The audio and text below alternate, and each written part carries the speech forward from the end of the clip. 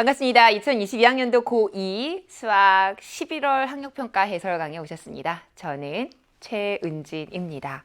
여러분, 우리 고2 시기에 보는 마지막 모의고사에 해당이 되는 시험을 바로 오늘 보았습니다.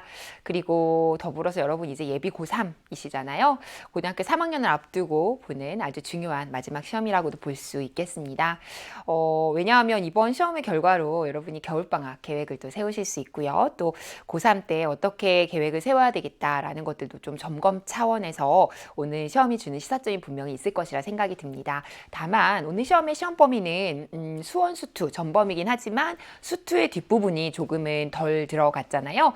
그렇기 때문에 수능 시험 범위와 일치하지는 않아요. 그래서 수능이나 9월에 보는 모의평가에 해당되는 그 전범위일 때의 느낌과는 공통과목 느낌과는 다소 차이가 있을 수 있기 때문에 오늘 결과에 너무 여러분이 연연하거나 그러실 필요는 없어요. 그러나 여러분이 보신 부분에 대해서는 내가 풀었던 문제에 대해서는 또 시험을 봤던 문제에 대해서 그 단원에 대해서 부족한 부분이 무엇인지에 대해서는 여러분이 철저하게 점검을 하실 수 있는 기회가 될 수 있을 겁니다. 특히 수원 같은 경우는요. 전범위 출제가 되었고 또 구석구석 골고루 문제가 출제가 되었기 때문에 여러분이 특히 수원에 대해서는 점검을 할 수 있는 아주 적절한 시험이었다고 생각이 들고요. 수투도 지금까지 공부했던 부분에 대해서 스스로 반성하는 기회를 좀 가지셨으면 좋겠습니다.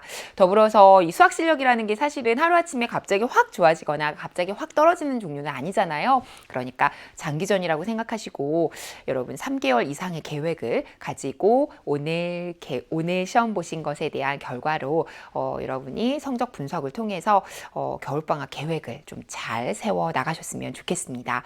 한 가지만 당부드리자면 겨울방학 동안에 여러분 이미 이제 마스터가 되는 수원, 수투 공통과목에 대해서는요. 개념 정리 무조건 한 번씩은 하시고 그리고 나서 여유가 되시는 분들은 기출 분석까지 해보시고 그게 안 된다면 개념까지는 확실하게 다지고 가시는 기회로 계획을 세우셨으면 좋겠습니다. 자, 그렇다면 저는 객관식 21문항에 대한 문제풀이, 문항 분석을 지금부터 해보도록 할 거고요. 그 중에서도 1번부터 지금부터 시작해 보겠습니다. 자, 1번 문제입니다. 자, 지수의 계산, 지수 법칙을 이용해서 계산을 하는 문제죠. 2의 3분의 7제곱 곱하기 2의 4제곱의 3분의 2제곱이니까 요 지수를 계산할 수 있고요. 따라서 밑이 2로 통일되어 있는 상태이기 때문에 이것은 3분의 8이라고 곱하기로 계산을 하신 다음에 3분의 7 더하기 3분의 8이니까 2의 3분의 15제곱이 되겠죠. 3분의 15라는 건 5제곱이 되니까 32, 결과는 32, 4번이 되겠습니다. 여러분 1번 같은 경우는요. 전형적으로 우리 공통문항으로 수능에 출제가 될 때도 보통 1번에 이런 문항이 출제는 돼요. 같은 맥락에 비슷한 소재가 출제가 되는데요. 최근에 나오는 트렌드를 좀 보면 1번이 다소 지금 이 문제보다 조금 더 무겁게 출제되고 있는 건 맞아요. 눈으로만 풀 수 있는 게 아니라 곱셈 정리나 이런 것들도 좀 활용하면서 문제를 풀 수 있게 약간 그런 느낌을 주기 때문에 혹은 무리수를 포함시킨다든지 그렇기 때문에 1번도 절대 실수하지 않을 수 있게 좀 여러분이 1번부터 좀 긴장하고 보셔야 될 것 같습니다. 자, 2번 문제는요. 등차 수열에 대해서 자, 이렇게 나오면 바로 눈으로 그렇죠. 차이가 5항이 나고 있으니까 OD가 되겠죠. 그렇다면 D가 3이니까요. D를 공차라고 한다면 3, 5, 15 해서 정답은 15가 되겠습니다. 오히려 1번보다 좀 더 눈으로도 풀 수 있었던 그런 문제가 되겠고요. 3번 문항도 로그의 기본 계산 문항이 나왔죠. 로그 81에 빼기니까 밑이 통일이 되어 있어요. 그러니까 12를 4로 나눴다라고 해서 3이 되겠죠. 그런데 81은 3의 4제곱, 4제곱이 될 거고요. 3 이렇게 되니 로그의 계산 원리에 의해서 4분의 1이 되겠죠. 로그 3의 3은 1이고요. 따라서 정답은 4분의 1 이렇게 3번 마무리하실 수 있겠고요. 좋습니다. 지수 로그의 계산 골고루 출제되었다고 볼 수 있겠고요. 자, 이제 4번입니다. 4번 문항은 이제 부등식으로 함수에 대한 범위가 주어져 있어요. 그런데 극한값을 구하라는 문제잖아요. 단번에 여러분이 떠올릴 수 있는 얘기는 사실은 그렇죠. 샌드위치 정리, 조임 정리를 생각할 수 있어요. 그런데 fx에 대한 극한만이 아니라 x 더하기 5가 곱해진 상태의 극한이에요. 그래서 이 문제 같은 경우는 내가 구하고자 하는 x 더하기 5의 fx의 함수식의 범위를 여기서 처음부터 그냥 완성하고 극한을 취하는 방식으로 가시는 게 어떨까 싶습니다. 그런데 이제 부등식의 양변에 x 더하기 5를 이제 곱하고 시작을 하자는 얘기였거든요. 제 말은. 그러면 이렇게 곱하고 나면 한 가지 고민은 들어요. 똑같이 곱했어. 좋아. 그런데 부등식이기 때문에 등식이 아니라 부등식이기 때문에 이 상황에선 부등식의 방향이 변하진 않을까가 고민은 되죠. 그렇지만 마지막에 우리는 리미트 x를 0으로 보낼 상황이기 때문에 x에다가 5를 더하면 0 근처에서만 궁금하니까 결국은 여기는 5 근처가 될 거란 말이죠. 그래서 굳이 곱할 때는 나중에 극한을 취하는 그 수식으로는 음수인 경우가 생기지 않잖아요. 그래서 그냥 곱했지만 부등식의 방향을 바꾸지 않아도 돼요. 무슨 말씀인지 아시겠죠? 그래서 그냥 임의로 얘가 0보다 크다고 생각하고 곱한 식으로 생각하고 여기서 극한을 취해주셔도 충분하다. 자, 그렇다면 리미트 x가 0으로 간다라고 했는데요. 원칙적으로 이 경우도 좌극한, 우극한을 나눠서 취해봐야 하겠지만 이 경우 다항식이잖아요. 그렇기 때문에 여기와 여기가 지금 다항식이잖아요. 그렇기 때문에 0의 우극한 좌극한 따져보더라도 일치하는 값이 나올 수밖에 없고요. 요건 알 수는 없지만 양쪽에서 조임 정리, 샌드위치 정리로 요 값을 계산해야 되는 상황이죠. 그렇다면 여기는 얼마가 될까요? 0을 대입하면 5 곱하기 1이고요. 여기는 5 곱하기 1이고요. 5네요. 5. 그죠? 양쪽 다 5로 가죠. 따라서 샌드위치 정리, 조임 정리에 의해서 5보다 크거나 같고 5보다 작거나 같으니까 결국은 5로 가겠죠. 따라서 4번 정답은 5야. 이렇게 정리하시면 되겠습니다. 함수식을 먼저 만들어주고 부등식으로 그리고 나서 저처럼 극한을 취해주셔도 상관없고요. 아니면 처음 있는 상태에서 리미트 x는 0으로 가는 극한을 취한 다음에 또 x 더하기 5도 역시 수렴하니까 거기에 0을 극한을 취해서 이걸 쪼개가지고 계산하셔도 상관은 없어요. 어떤 마인드로 접근하셔도 상관은 없지만 어쨌든 중요한 건 조임 정리, 샌드위치 정리가 이 문제의 핵심이었던 거죠. 좋습니다. 자, 5번으로 가보도록 하겠습니다. 자, 5번 문항은요. 전형적인 코사인 함수를 이용한 방정식이 되겠죠. 상악함수 삼각 방정식인데요. 이 정도 계산은 바로 눈으로도 코사인 x가 루트 2분의 1이 되는, 그러니까 2분의 루트 2가 되는 그런 해의 합을 구하라는 문제죠. 그러니까 여러분이 약간 이 11월 모의고사를 보고 나서 내년에 보는 공통문항과 선택문항이 섞여 있는 이제 우리가 진짜 보게 되는 세트를 보게 되면 실제 모의평가는 더욱 그렇겠지만 6월, 9월, 11월, 3월에 당장 보게 되는 학력평가만 보시더라도 문제의 느낌이 완전히 다른 거죠. 왜냐하면 지금은 수원수투망 출제가 되기 때문에 21번까지 객관식이고 22번부터 30번이 주관식으로 출제가 돼서 지금은 그냥 21번까지 이렇게 난이도가 높아지다가 다시 폭 떨어졌다가 다시 이렇게 올라가서 30번에서 올라가는 요 정도의 느낌으로만 시험을 이제 여러분이 치러 왔어요. 그리고 이렇게만 지금 11월 모의고사도 이렇게 경험을 하신 거죠. 그런데 이제 3월이 되면 21번까지 이런 양상이 아니고요. 공통문항이 22번까지잖아요. 그리고 15번까지가 객관식이고요. 여기 주관식이 포진돼 있기 때문에 여기서 올라가다가 다시 떨어졌다 다시 올라가요. 그러다가 선택문항에서 다시 떨어졌다 다시 올라가는 이 세 번의 극점을 경험하게 되잖아요. 어려운 문항들을. 그러니까 아무래도 고난도 문항의 개수도 많이 늘어나게 되고요. 실질적으로 여기는 앞부분에 쉬운 문항들이 많이 배치가 되는 반면에 전체적으로 최근 트렌드에 맞춰서 고3 모의고사는 출제하기 때문에 전반적으로 중난도 문제들도 난이도가 같이 좀 올라가는 그런 느낌이 있어요. 최근에 트렌드를 분석해 보면.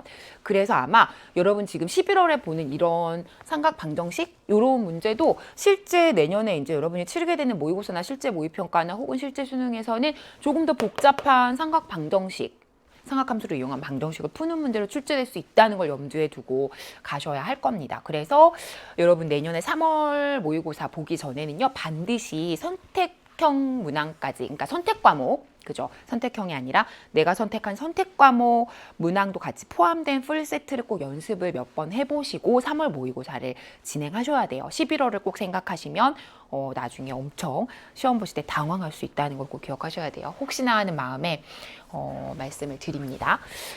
자, 이제 5번 보도록 하겠습니다. 자, 어쨌든 이렇게 돼요. 그러면 코사인 x가 2분의 루트 2가 되는 1사분면상의 양수니까 값은 45도 4분의 파이란 말이죠. 그런데 코사인 그래프를 분석해 보면 이렇게 가고 있는데 여기가 2파이고요. 그리고 이제 여기가 4파이가 되니까 우리는 3파이까지만 하고 싶으니까 요까지만 진행을 하고 싶은 거죠. 그런데 4분의 파이는 이제 여기 하나, 여기 하나, 여기 하나 이렇게 세 군데에서 진행되는 거 보실 수 있겠죠. 따라서 4분의 파이가 가장 기본값이 되고요. 코사인이 플러스인 것은 얼싸안고 4사분면이 될 거예요. 그러니까 2파이 마이너스 4분의 파이 가시면 그게 바로 여기. 그리고 나선 다시 1사분면이니까 2파이 플러스 4분의 파이로 다시 가죠. 한 주기 돌고 가니까. 그리고 이들을 다 더하게 되니까 4분의 파이 하나는 없어지면서 4파이에 4분의 파이를 더해서 4분의 17파이야. 이런 식으로 해는 합을 정리해 줄 수 있겠습니다. 되셨나요? 정답 3번 처리하시면 되겠고요. 넘어갑니다. 6번 보실게요. 6번 같은 경우는 이제 극한값을 이제 중간 과정을 알려준 거죠. fx의 극한값은 아니고 x가 무한대로 갈 때 x분의 fx의 극한값을 3이라고 정해준 거죠. 그럼 이런 문제 전형적인 문제를 읽는 방법은요. 내가 알고 있는 극한값을 활용해야 하니 분모 분자를 똑같이 조작을 해서 이 틀을 만들어 주셔야죠. 그래서 저라면 fx를 기준으로 x분의 fx의 극한값을 아니, 근데 여긴 제곱이 있으니 분모 분자를 똑같이 x제곱으로 나누는 거죠. 따라서 우리가 구하고자 하는 이 수식은요. x제곱 분의 fx의 제곱이니 뭉쳐서 제곱으로 해주시면 될 것 같고요. 그리고 여기는 3이죠. 여기는 x제곱으로 묶으니 2고요. x제곱분의 이렇게 가실 수 있겠네요. 여기까지 됐나요? 좋습니다. 자, 그러면 이제 여기가 이제 3이고요. 3의 제곱은 9가 되겠죠. 따라서 이제 12로 간다는 거 확인되실 거고요. 어차피 이게 좀 난해한데 라고 생각할 수 있지만 무한대분의 1이니까 누가 봐도 그냥 0으로 가는 값이라 0으로 가고 2로 가고 하니까 그냥 각각 극한본에서 이렇게 돼서 정답은 6분의 1이야 라고 정리하시면 되겠습니다. 그래서 6번의 정답 1번이고요. 좋습니다. 자, 7번으로 갈게요. 이렇게 극한값, 좌극한과 우극한의 개념을 알고 극한값을 구하는 그래프를 이용해서 그래프를 읽어내고 극한값을 계산해내는 문제가 계산이라기보다는 읽어내는 거죠. 쉽게 말해서 매년 요 정도 위치에 나오거든요. 수능에서도, 모의평가에서도, 학력평가에서 전부 다. 올해 수능에서는 이 문제가 빠졌었어요. 그리고 올해 빠졌다고 내년에 그럼 또 빠지냐? 그렇지는 않아요. 난이도 조절 때문에 문제를 넣거나 빼거나 특정한 주제를 할 수는 있지만 올해 빠졌다고 내년에도 무조건 안 나온다라는 거는 여러분, 그거는 이제 장담할 수는 없는 문제라서 원래 그 문제를 넣고 빼고는 그런 원리에 의해서 하는 게 아니거든요. 이제 이거 안 낼 거야 라는 의도라기보다는 난이도 조절을 하다가 이제 그냥 빠져나온 그런 느낌도 있어. 그런 경우가 있기 때문에 어쨌든 수능에서 나오지 않았더라도 또 이런 유형은 나올 수 있더라 하는 것 또 하나.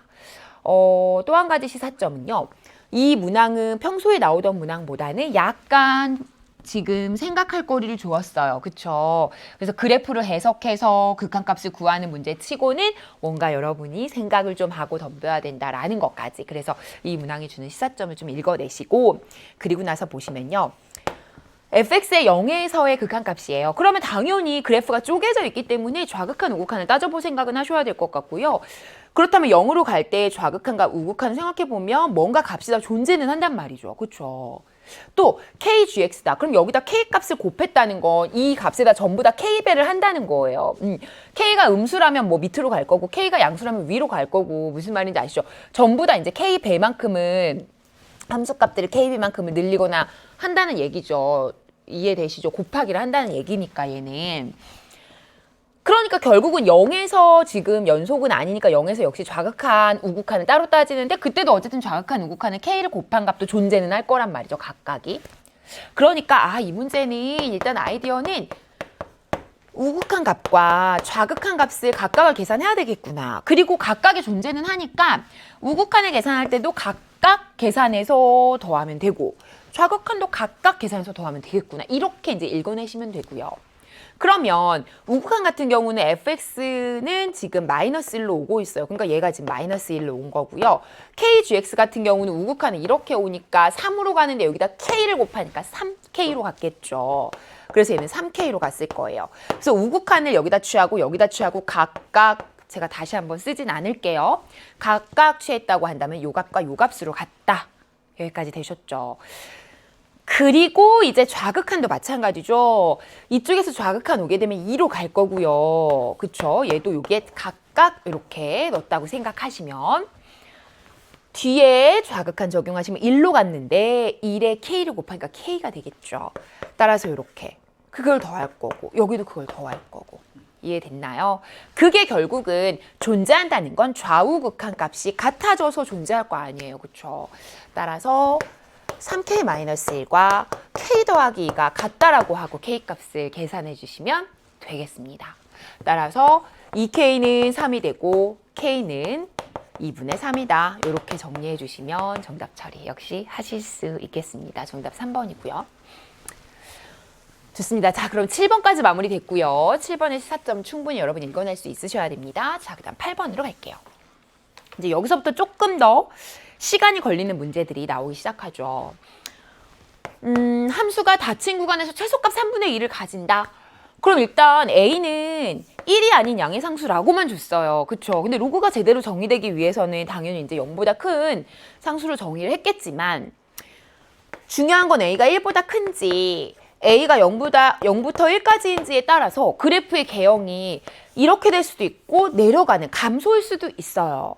정확한 건 사실 중요하지 않아요. 정확한 그래프는 중요하진 않고요. 어쨌든 어떤 상황이든지 0부터 5까지면 이렇게 쪼개진 상태에서 최소값은 0에서 가질 거고 왜냐하면 증가 상태니까 0부터 5까지 잘려나간 부분에서 이 구간 내에서 최소값은 5에서 가질 거고 이해되시죠? 그래서 이때라면 F0이 3분의 1이라는 뜻이고요. 이때라면 F5가 3분의 2라는 뜻이기 때문에 요걸 만족하는 A를 구했을 때 실제 범위 1보다 큰 걸 만족하는지를 체크하셔야 되고요. 요걸 만족하는 A 값을 구했을 때 0부터 1까지가 맞는지를 체크하셔야 되고요. 이해되셨죠? 자, 그러면 이제 0을 대입해 보시면 로그 A의 1 더하기 2가 3분의 2라는 뜻인데 이쪽은 진수가 1이니 그냥 0이거든요. 그럼 2가 3분의 2랑 같아지는 말도 안 되는 상황이라 이건 그냥 자체적으로 모순이 나와버리고요. 만족하는 A값을 구할 수 없네요. 이때는요. 로그 A의 15 더하기 1이니까 16에 더하기 2가 3분의 2예요. 자, 이 문제 쉽네 라고 생각하고 여기까지 왔는데 그 다음에 이 계산이 생각보다 뭐야? 이 계산 내가 잘하고 있나? 이 생각이 마무리가 좀 드는 문제예요. 보시면은 얘가 3분의 마이너스 4거든요. 그럼 이제 이걸 A를 밑으로, 그러니까 쉽게 말해서 여기 A, 밑에 A 이렇게 취하면 이렇게 없어지면서 이제 16이 A의 마이너스 3분의 4제곱 이제 이렇게 나와요. 근데 이걸 계산을 못하는 친구들이 있는데 지수 계산에서는요, 여러분 내가 구하고 싶은 게 여기 있잖아요. 그러면은 그냥 마음껏 마이너스 4분의 3제곱 역수를 곱해주시면 찍찍 1이 되잖아요. 곱해서 여기만 해줄 수 없죠. 마이너스 4분의 3제곱 등식의 양쪽을 똑같이만 해주면 변하지 않아요. 이해되셨죠? 지수에 올리는 것도 똑같아요. 아시겠어요? 이런 원리를 하나 알고 있는 건 되게 중요하거든요. 이해됐죠? 따라서 이렇게 계산해 주시면 어쨌든 여기는 1제곱이니까 A만 남게 되고요. 이쪽은 16의 마이너스 4분의 3제곱이니까 얘가 2의 4제곱이고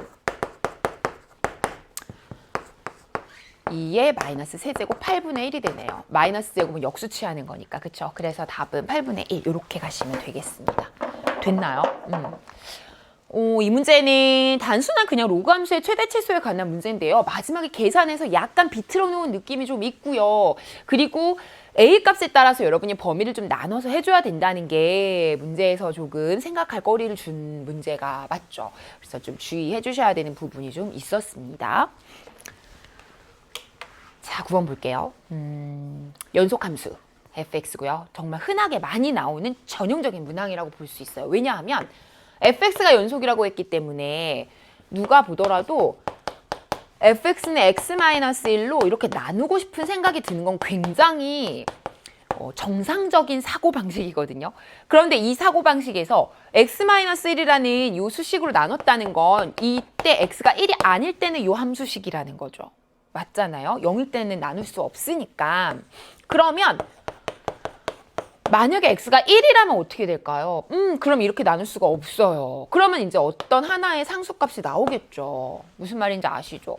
그런데 이 함수는 연속인 함수래요. 실수 전체에 대해서. 그러면 어쨌든 이 함수는 연속 함수가 맞고 1이 아닌 부분에서 1로 지금 구분이 되어 있잖아요. 그러니까 1이 아닌 경우와 1인 경우로 나누어져 있으니까 그렇다면 이때는 1일 때마저 연속이 되도록 해주어야 모든 실수 x에 대해서 연속이라고 단언할 수 있겠구나. 그렇다면 이때는 1이 아니니까 극한값을 취하고 오케이. 극한값을 취하고 이때는 함수값을 가져오고 결국은 이게 같아지도록 하는 A값이 필요한 거구나. 이 얘기예요. 이해되셨죠? 됐어요. 자, 그러면 이때 극한값을 구해서 그게 곧 함수값이 된다라는 원리인 거예요. 그러면 이 극한값이 무조건 존재한다는 거거든요. 하나의 상수로. 그쵸? 그러면 상수값으로 존재하려면 1을 대입해보니 0분의 니까 위에도 당연히 0꼴이어야 돼서 A라는 미정계수가 자연스럽게 바로 나와요. 그러니까 A는 마이너스 2가 되는 거고요. 여기까지 됐죠. 그러면 여기에 마이너스 1을 살짝 넣어주시고요. 이제 우리는 이 극한값을 계산을 해주시면 그때 K값이 나오죠.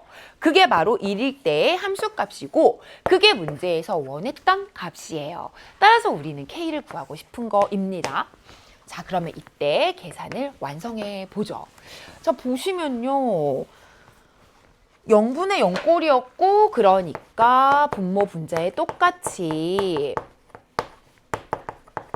유리화를 통해 가져가 주시면 되죠. 그러면 분자는 앞에 거 제곱 빼기 뒤에 거고요. 이렇게 가겠네요. 됐죠? 자, 그리고 나면 x제곱 마이너스 1이니까 x 더하기 1에 x 마이너스 1이 되고요. 요렇게 없어지게 되네요. 그렇죠? 0이 되는 인수가 제거가 된 상태이기 때문에 1을 대입해주면 분자는 2가 되고요. 분모는 루트 4, 2 더하기 2니까 4가 되어서 정답은 2분의 1 이렇게 K값이 정해지는 거고요. 이게 바로 연속이 되도록 하는 값 F1이 됐죠. 따라서 F1은 2분의 1이야. 이렇게 마무리해 주시면 되겠습니다. 됐나요? 이 문제는 사실 조금 기출을 몇 개만 풀어봤어도 아니면 교과서에 있는 연습 문제 정도만 풀어봤어도 충분히 여러분이 접했을 수 있는 굉장히 흔하게 나오는 유형이기는 해요. 그래서 잘 연습을 해두셔야 되는 전형적인 유형이었습니다. 10번 볼게요. 10번도 최근에 수능 모의평가에서 많이는 아니지만 그래도 나왔던 건드렸던 소재이기도 하고요. 그래서 제가 봤을 때는 이 문제도 큰 무리 없이 갔을 것 같기는 해요. 중요한 건 2차 함수고요. 평균 변화율과 순간 변화율의 의미를 아느냐인데요. 0에서 6까지 변하고 있으니 x 변화량 분의 그렇다면 이때 y의 변화량이니까 f6 마이너스 f0 이게 바로 이제 평균 변화율이 되겠죠. 이걸 계산한 게 0이 되었다라는 얘기거든요. 이 상황이라면 함수를 2차 함수로 주고 최고차 한계수를 1로 줬으니까 이 정도면 세팅이 필요하다고 판단을 하셔야 되고요. 이 정도 세팅은 여러분이 해주실 수 있겠죠. 따라서 6을 대입해 주시면요. 36 더하기 6a 더하기 b에서 0을 대입해 주시면 x에 b를 빼게 되니 너는 필요가 없구나 이렇게 되네요. 이게 0이 된다는 얘기는 a 더하기 6이 결국 0이란 뜻이잖아요. 6으로 약분하고 나면 따라서 a는 마이너스 6이 돼버리죠. 그러면 우리가 설정했던 요 함수는요. 바로 이렇게 정리할 수가 있거든요. 그런데 F'의 사를 구하라고 했어요. 더 이상 내가 할 수 있는 게 없는데 구하라는 게 벌써 나왔네? B는 어쩌지? 라고 생각하는 순간 우리는 미분을 하게 되면 상수는 없어지기 때문에 큰 걱정은 넣어두셔도 되겠네요. 여기에 4를 넣어주시면 바로 정답이 나오죠. 따라서 8 빼기 6 하니까 정답은 2야 라고 이렇게 정리가 되겠습니다. 따라서 정답은 1번 처리하시면 되겠고요. 됐나요? 넘길게요. 자, 그럼 이제 11번으로 넘어가겠습니다. 자, 11번도 사실은 굉장히 전형적으로 많이 나오는 교과서 연습 문제 이런 데서 많이 볼만한 그런 유형으로 볼 수 있고요. 우선 이 부분에 대한 정리가 좀 필요하시고요. 여기도 세제곱에 대한 정리가 좀 필요하실 겁니다. 됐죠? 자, 좋습니다. 연습하기 되게 좋은 문항이라고 생각하시면 될 것 같아요. 우선 첫 번째 이 박스 친 부분은요. 우리가 이런 거 늘 연습을 했지만 약간의 조작을 통해 이런 것들은 간단히 했던 거 기억하시죠? 따라서 여기에 누가 있으면 F' 미분계수의 정의로 연결될 수 있을까를 고민하다 보면 F1이 있으면 되겠다는 생각할 수 있고요. 뺐으니 한 번은 더 해야 되겠구나. 그리고 원래 있던 건 한 번 써야 되겠구나. 이렇게 가시면 되겠죠. 끊고 가고. 끊고 가고 각각의 정리해 주시면 되는데요. 여기는 F'의 1이 맞고요. 뒷부분을 혹시 이제 아직 익숙치 않은 분들을 위해서 아직 여러분 고2니까 뭐 이런 것들 많이 익숙하지 않을 수 있거든요. 그래서 연습이 좀 필요는 해요. 요 마이너스를 묶어서 앞으로 놨다 생각하고 해드릴게요. 그렇다면 묶인 마이너스로 인해서 얘가 이제 마이너스로 바뀌겠죠. 근데 우리는 미분계수의 정의에 의해서 여기랑 여기가 일치해야 되는 거잖아요. 따라서 여기 있는 마이너스를 밑으로 보내면 마이너스 h 덩어리가 이제 같은 덩어리가 됐고 따라서 이 마이너스 h가 0으로 가면 마이너스 h도 0으로 가니까 다 세 개가 같은 덩어리가 돼서 얘는 F'의 1 전형적으로 둘을 더하니 여기 플러스로 바뀌었으니까요. 요렇게 정리가 되겠죠. 그런데 그게 6이라니 따라서 F'의 1이 3이 되겠네요. 여기까지는 돼요. 자, 그 다음에 이제 요거를 정리해 보도록 하겠습니다. 자, 이리로 갈까요? 이제 내가 여기서 했던 저 수식을 이용해서 마지막에 답을 마무리를 해주셔야 되는데 여기는 항상 강조하지만 이걸 건드릴 수는 없어요. 안에 부분, 괄호 안에 있는 부분은 우리가 조작이 불가능하죠. 그러니까 요걸 건드리는 게 아니라 이 같이 페어로 짝으로 움직이는 바깥 부분을 건드리셔야 돼요. 무슨 말인지 아시죠? 그래서 방금은 요걸 간단히 하기 위해서 안에를 건드릴 수 없으니 누군가를 더하고 빼는 작업을 했던 거고요. 이해되시죠? 바깥에다가 자꾸 장치를 하신다는 거죠. 여기도 더 이상 어떻게 할 수가 없는데 여기는 이 페어가 어쨌든 빼기로 딱 연결이 되어 있기 때문에 내가 뭐가 되면 딱 좋겠냐면 여기가 세제곱이 되면 딱 좋겠어요. 그럼 요거 하나를 덩어리로 본다면 x가 1로 가면 x 세제곱도 당연히 1로 가거든요. 세제곱하면 1로 가니까 그쵸? 그러면 딱 좋겠다는 거죠. 그럼 내가 x세제곱 빼기 1이 되고 싶은 마음을 간절히 담아서 어떤 내용을 기억하셔야 되냐면요. 우리 요거 세제곱 공식 혹시 기억하시나요? a세제곱 빼기 b세제곱이다 그러면 a 빼기 b의 그대로 공식. 그쵸? 제곱에 a, b의 b제곱. 이런 공식이 또 심심치 않게 나와요.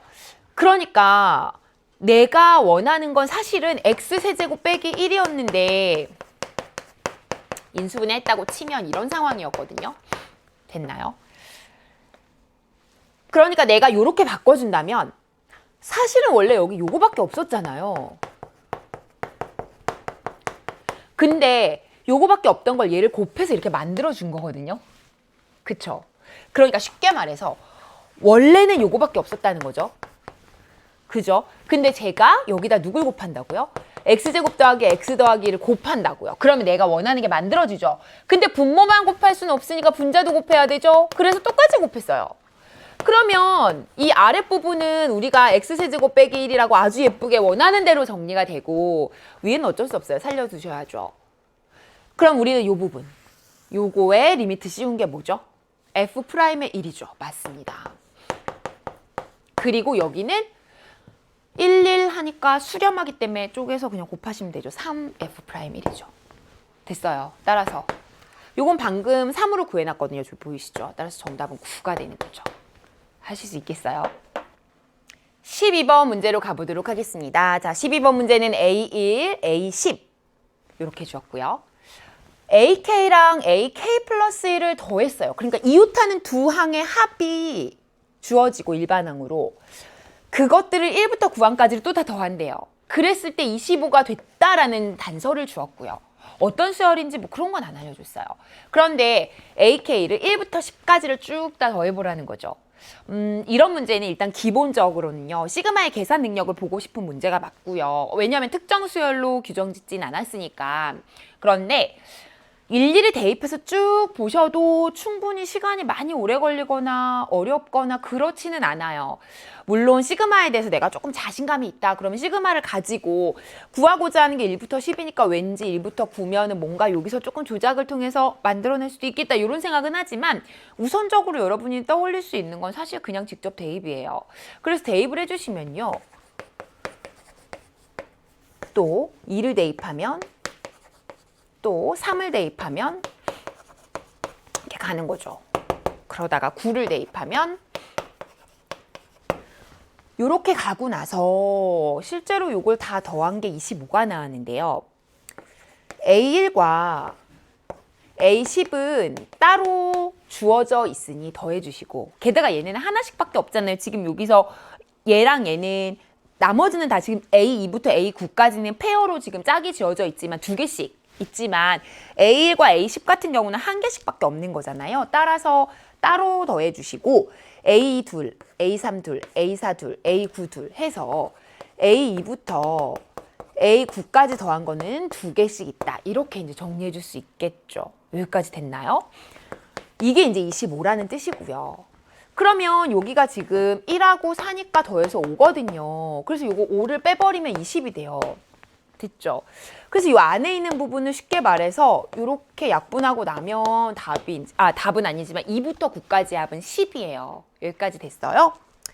근데 우리가 구하고자 하는 것도 그렇게 복잡하지 않았던 게 내가 원하는 1부터 10까지를 더하는 건 2부터 9까지의 합에다가 1일 때의 값과 A1, n이 10일 때의 값을 추가로 더 더해주면 끝나는구나. 그래서 정답은 그냥 15다. 이렇게 정리가 가능한 거죠. 이해됐어요? 됐나요? 네, 좋습니다. 그래서 그냥 일일이 대입을 하셔도 속도감에 그렇게 많은 차이가 있진 않다. 이런 거 좀 생각해 주시면 좋을 것 같고요. 만약에 이제 제가 아까 말씀드렸다시 이제 좀 시그마에 대한 좀 계산을 통해서 뭔가 좀 생각을 통해서 하고 싶다라고 한다면 이걸 쪼개줘도 괜찮기는 해요. AK가 1부터 9까지죠. 그러면 K는 1부터 9까지 AK를 더했다 하고 또 K는 1부터 9까지 AK 플러스 1 더했다. 이렇게 이제 생각을 해주시면 그쵸. 그리고 나면 그게 이제 25라는 뜻이잖아요. 맞아요. 그럼 내가 구하고자 하는 게 요거예요. 그럼 얘를 그냥 A라고 하세요. A라고. 그냥 라지 A. 하나의 상수값. 그럼 얘는 A에서 누굴 뺀 건가요? 그렇죠. 10번째 항만 뺀 거예요. 그러니까 바로 그냥 수식이 아닌 값으로 넣어드릴게요. 요거는 잘 보세요. 얘는 A10만 뺀 거고요. 얘는 요걸 계산해 보시면 A2, A3, A4, A10까지니까 결국 누가 비어요? 첫 항이 비죠. 따라서 첫 항을 빼신 거예요. 이해됐나요? 이게 25라는 뜻이고 2A에서 5를 뺀 게 25니까 A가 얼마가 돼요? 그렇죠. 15가 되는 거죠.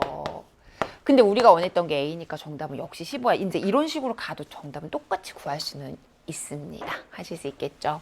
그래서 어떤 풀이를 하시든 상관은 없지만 두 가지 풀이의 큰 속도 차이가 많이 느껴지지는 않기 때문에 여러분 실제로 이렇게 푸시면 그래서 이거 둘 다 상관없는 문제로 보시면 되겠고요. 자, 이제 13번 문항으로 가보도록 하겠습니다. 자, 13번 같은 경우는 이제 좌표 평면 위에 두 점이 있다. 그리고 동경이 나타내는 가계 크기 세타1, 세타2라고 각각 하자. 그럴 때 탄젠트 값을 더한 게 0이라고 할 때 사인 값을, 사인 세타1의 값을 구하라 지금 그랬거든요. 그러면 이 경우는 A, B를 이제 특정 지어준 건 아니기 때문에 우리가 사인, 코사인, 탄젠트를 이 좌표 평면상에서 일반각의 삼각함수, 일반각으로 정의했을 때 그때 뭐 분의 뭐로 정의를 하는지, 이게 이제 고등학교 과정에서 사실 삼각 B를 배운 다음에 처음으로 나오는 가장 중요한 내용이었거든요. 그래서 보통 우리가 동경을 이렇게 그려놨을 때 이건 이제 일반적인 경우를 얘기하는 거예요. 하나의 점이 이렇게 픽스가 되었다고 할 때 만약에 사인 세타다.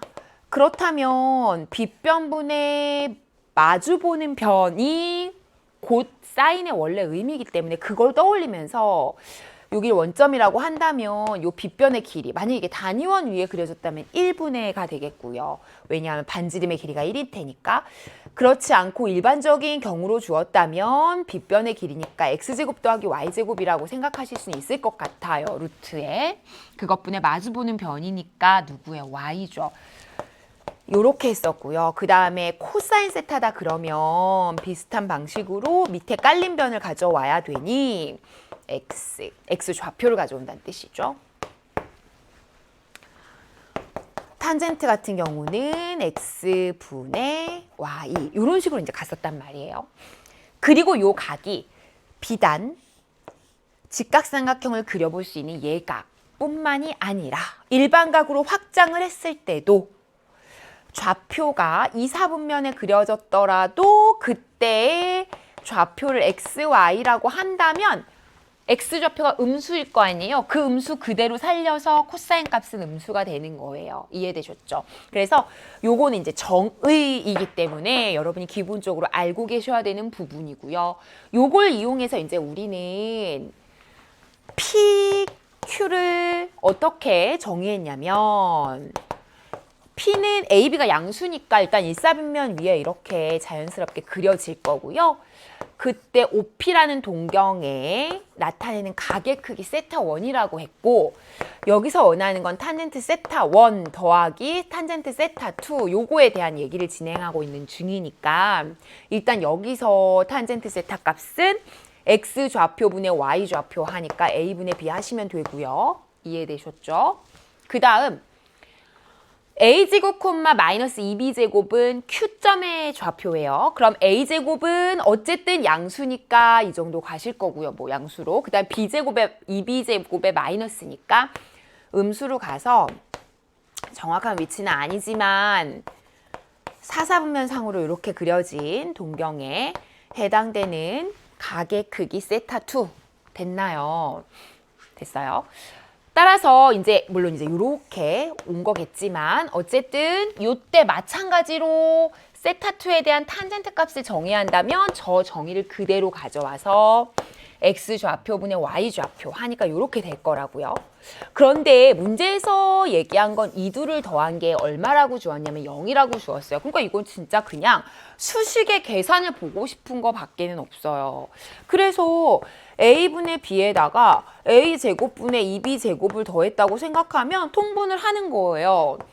a제곱분의 이쪽은 ab가 되고 이쪽은 마이너스 2b제곱이 되니 이게 0이 된다는 건 분자가 0이 됐다는 거고요. 따라서 b로 묶어주시면 a-2b는 0이 되어서 결국은 a,b가 양수이기 때문에 a가 2b라는 결론이 나오게 되는 거죠. 여기까지 됐어요. 그럼 이제 다시 우리가 원하는 게 무엇인가? 사인 세타1이죠. 제가 뭐라고 했죠? 세타1에 해당되는 사인 값은 빗변의 길이로 생각되는 원점부터 그 점까지 거리를 계산하시고요. 그리고 그것분의 사인은 x좌표라고 y좌표라고 말씀을 드렸죠. 따라서 세타1은 요거니까 y좌표 b를 가져오시면 되고요. 그리고 그때 요 길이는 a제곱의 b제곱의 루트가 되겠죠. 따라서 우리가 구한 요걸 이용해서 여기다 쏙 넣어주시면 서로 약분되고 하면서 하나의 상수값으로 등장을 할 겁니다. 따라서 a 자리에 2b를 넣어야 하니 4b제곱에 b제곱 5b제곱이 되고요. 루트 5의 b가 되겠죠. b는 양수니까 그대로 나올 수 있고요. 따라서 5분의 루트 5, 루트 5분의 1이니까 정답은 5분의 루트 5. 이렇게 정리해 주시면 되겠습니다. 하실 수 있겠죠. 그래서 전형적으로 동경에 해당되는 각의 크기를 정의해주고 그때 일반각에서 사인, 코사인, 탄젠트의 정의를 어떻게 하는지를 물어본 문제고요. 교육과정상에서 워낙 중요하게 다루고 있는 부분이라 충분히 출제될 수 있는 유형이기는 합니다. 수능 모의고사나 모의평가나 수능에서 직접적으로 출제가 최근에 되지는 않았지만 중요한 주제니까 잘 알아두셨으면 좋겠고요. 자, 이제 14번으로 가보도록 하겠습니다. 자, 14번은요. 사실 이제 여러분이 방학 때 수학 1을 정리하고 모의평가 기출문제나 학평 3학년 기출문제 이런 걸 풀어보면서 내용 정리를 쭉 하면서 보시면 알겠지만 사실 이 수열의 귀납적 정의거든요. a(n 플러스 2) 다음 항과 그 전항의 관계, 그 전항의 관계를 지금 준 거잖아요. 그래 놓고 이제 특정한 그 1항부터 22항까지 더하라는 건데 최근의 트렌드를 본다면 이런 유형의 문제가 매년 나오고 있는 게 맞아요. 그리고 여러분 3월부터 보게 되는 모의고사에선 15번에 이런 문제가 나오게 될 겁니다. 그런데 있죠. 이 문제 유형이 쉽지 않아요. 굉장히 매운맛으로 나오고 있거든요. 최근에 나오는 유형을 보시면요. 이 유형은 굉장히 착하게 줬어요. 사실 문제가. 왜냐하면 대입을 하다 보면 쭉쭉쭉 나올 수밖에 없이 첫 장을 줘버렸어요. 그러니까 이건 굉장히 착한 문제예요. 그래서 그냥 처음부터 쭉 인내심을 가지고 잘 대입만 하다 보면 나중에 22항까지 더할 수 있는 상황이 되는데 이런 문제를 제가 이제 수능 개념에서 올해 여러분이 보게 될 수능 개념에서 약간 고난도 유형에 해당되는 개념들 위주로만 정리한 수능 개념을 찍었거든요. 근데 그 개념 강의를 보시면 알겠지만 사실 이렇게 22항까지 더한다고 한다면 22개를 정말 중구난방 값을 준 상태로 더하라고 주지는 않아요. 22개가 엄청 많은 건 아니지만 단순 숫자 계산을 하기에는 많은 게 맞아요. 왜냐하면 실수할 수 있거든요. 그래서 충분히 이 사이에 반복되는 주기를 줘서 구하게 하든지 아니면 일종의 규칙을 주든지 무슨 말인지 아시겠죠? 그래서 아니면 특정 항을 빼고 나머지 항들끼리는 뭐 어떤 우리가 알고 있는 수열을 이룬다든지 뭔가 규칙을 줄 수밖에 없어요. 이런 문제는. 그래서 그걸 여러분이 발견을 하셔야 되는 거죠. 그리고 그 발견 과정에서 이 문제는 첫 항을 주고 순차적으로 진행하고 있는 상황이기 때문에 인내심만 갖고 덤비면 할 수 있는 착한 문제다. 이렇게 생각하시면 되겠습니다. 자, 그럼 볼게요. 자, 두 번째 항부터 시작해 보도록 하겠습니다. 첫 항은 1이었고요. 두 번째 항은 이제 어떻게 만들어가는 중이냐면 첫 항이 양수잖아. 그럼 요걸 따르면 돼, 위에 거를. 그래서 A1 빼기 3이야. 그러니까 마이너스 3이 된 거지. 그러니까 무슨 말이냐면 그 전에 나오는 항이 양수면 4를 빼서 다운시키겠다는 거고 눌러주겠다는 거죠. 음수였으면 제곱을 해서 다시 올려주겠다는 거예요. 무슨 말인지 아시겠죠? 이해되세요?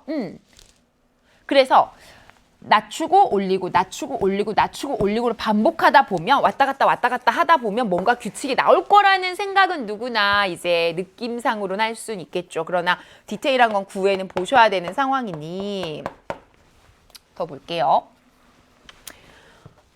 마이너스 3은 음수였으니까 이제 제곱을 하면 되겠죠. 9가 됐고요.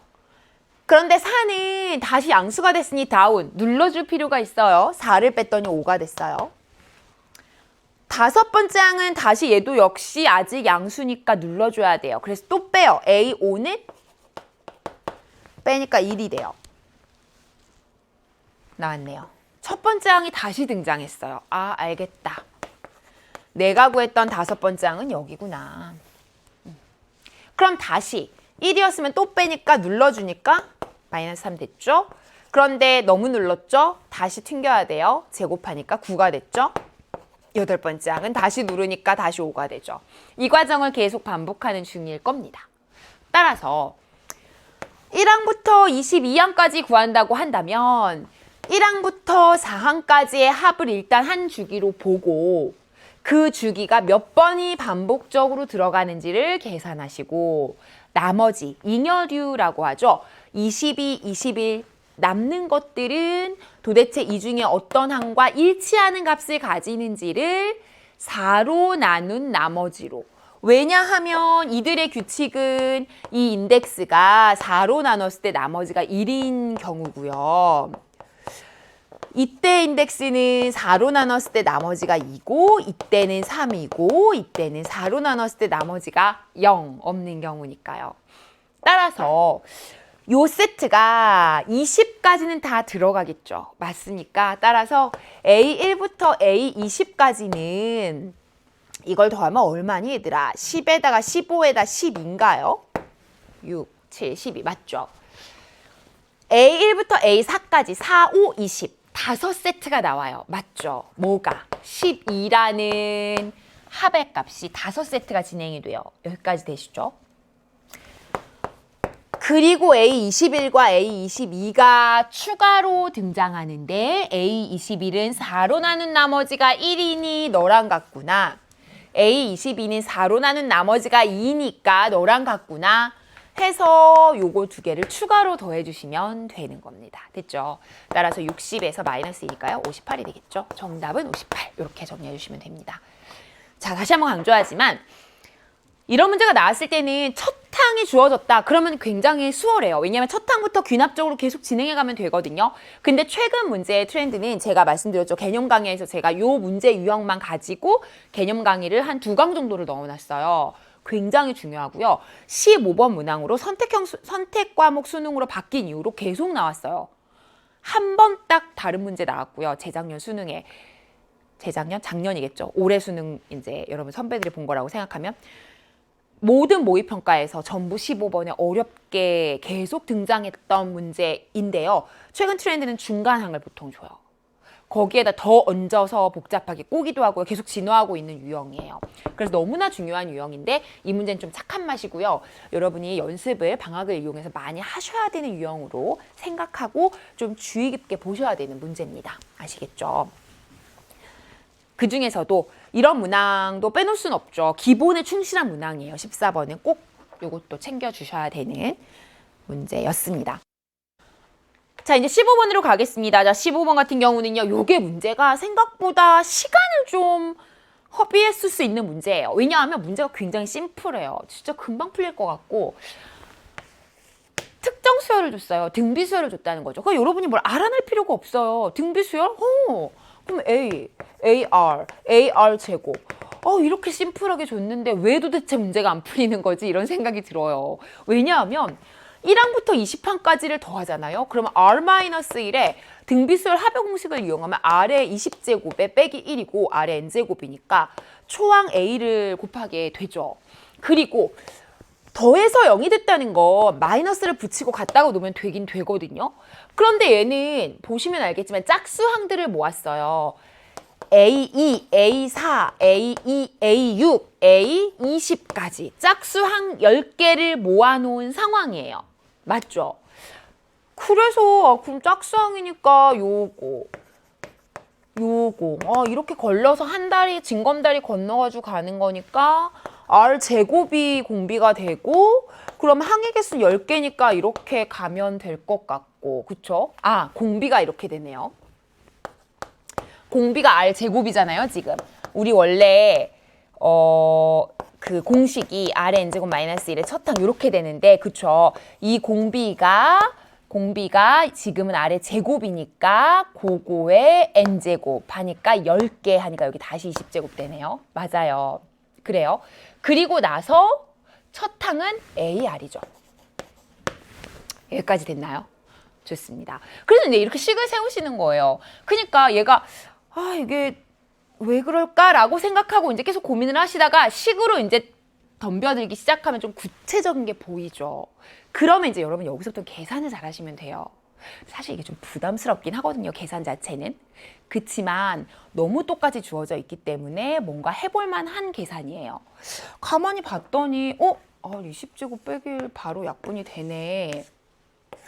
이거 R 빼기 1, R 더하기 1인데? 그럼 이것도 약분이 되네. 맞아요? 그래요.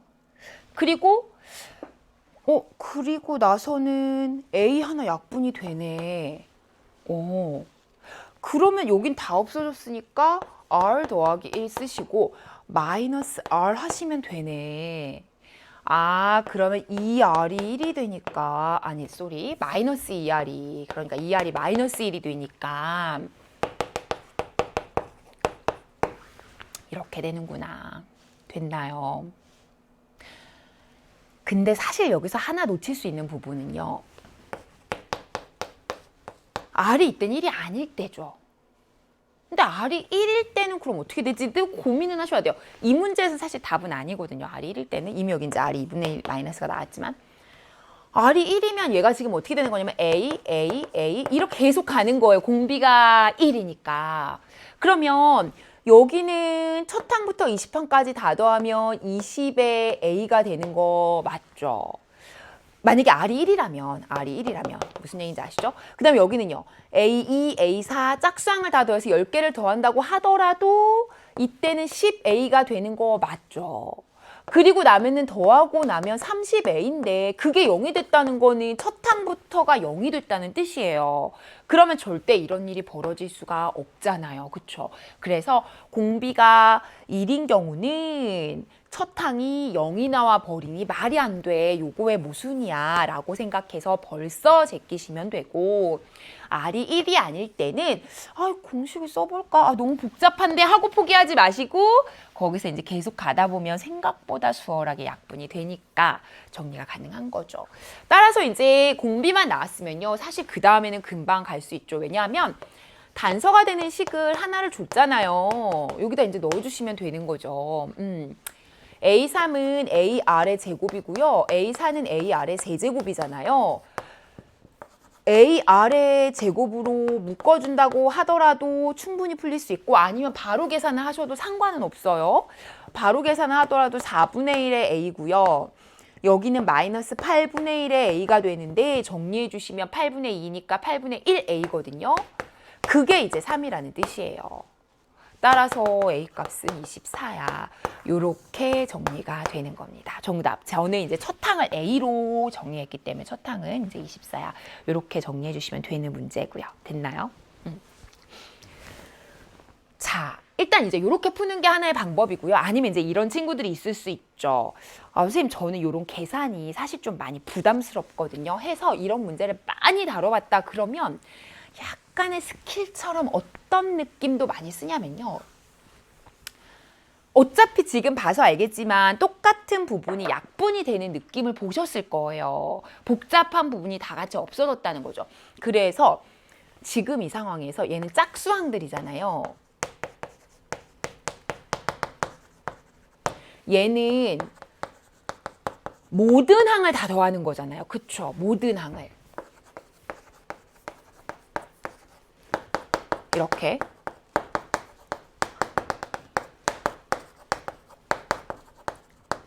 모든 항을 얘는 다 더하는 거고 얘는 짝수항을 더하는 거고 그러면 짝수항을 더한 걸 그냥 뭐 A 뭐 이렇게 그냥 하나의 상수로 정리를 해봐요.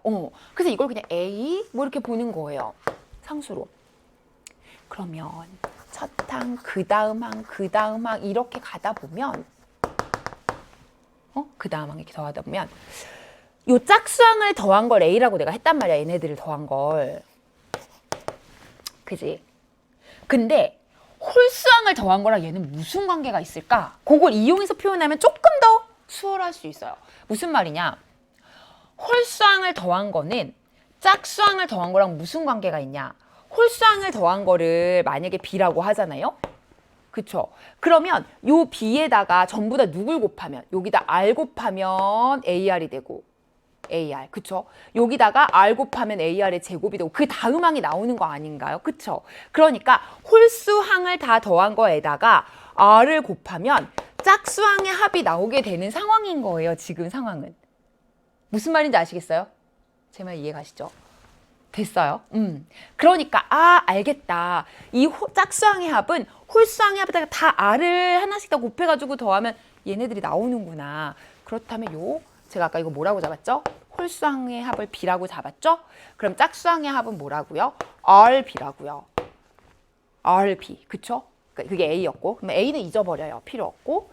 이쪽도 그럼 뭐예요? 짝수항의 합이니까 RB겠죠. 맞나요?